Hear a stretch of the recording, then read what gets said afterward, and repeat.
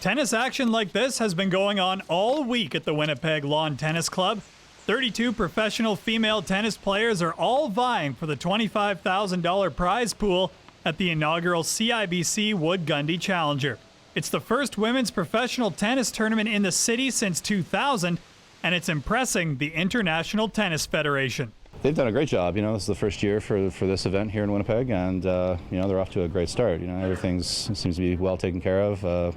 Rob and Mark from Tennis Manitoba and the club here have been tremendous to work with. Very easygoing, very helpful. They've sort of dotted the I's and crossed all the T's before we even got here, so it made my job a lot easier. But in order to impress, some construction had to be done on the grounds of the tennis club.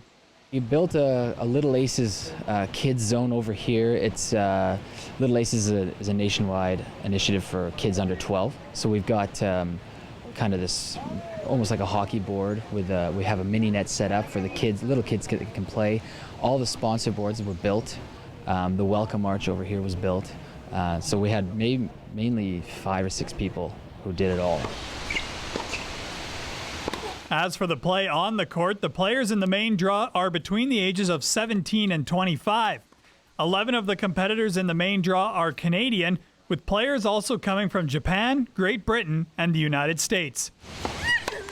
The lone Manitoban was eliminated in the qualifying round earlier this week. She did well. It was good to have some Manitobans, some local players, and hopefully next year we'll have more. I think as the tournament moves on from year to year, we'll get more publicity and we'll get more Manitobans and even people from Saskatchewan.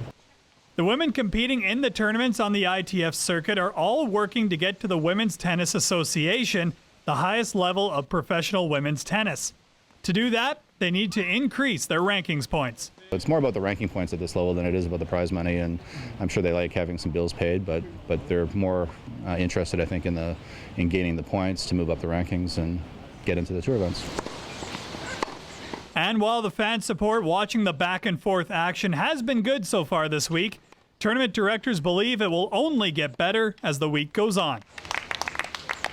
We've been trying to work Facebook and Twitter and all that kind of stuff, but I think when people come down, they realize what it's like. I mean, when you think of a pro tournament in Winnipeg, you're not sure what to expect. So I think as people come down and they see the venue, and we've got a cafe, we've got a lounge, all these sponsored tents, I think that's when they'll decide to come back. And next year, I think it'll be much better. In total, it takes 50 volunteers to put together an event like the CIBC Wood Gundy Challenger going on here at the Winnipeg Lawn Tennis Club. But that doesn't mean some of the higher-ups don't have to get involved. Overnight wind and rains at the Winnipeg Lawn Tennis Club meant that director Rob Langan, he had to climb a fence to bring down one of the sponsor tents that blew up there overnight. For Go Winnipeg, I'm Mitchell Clinton.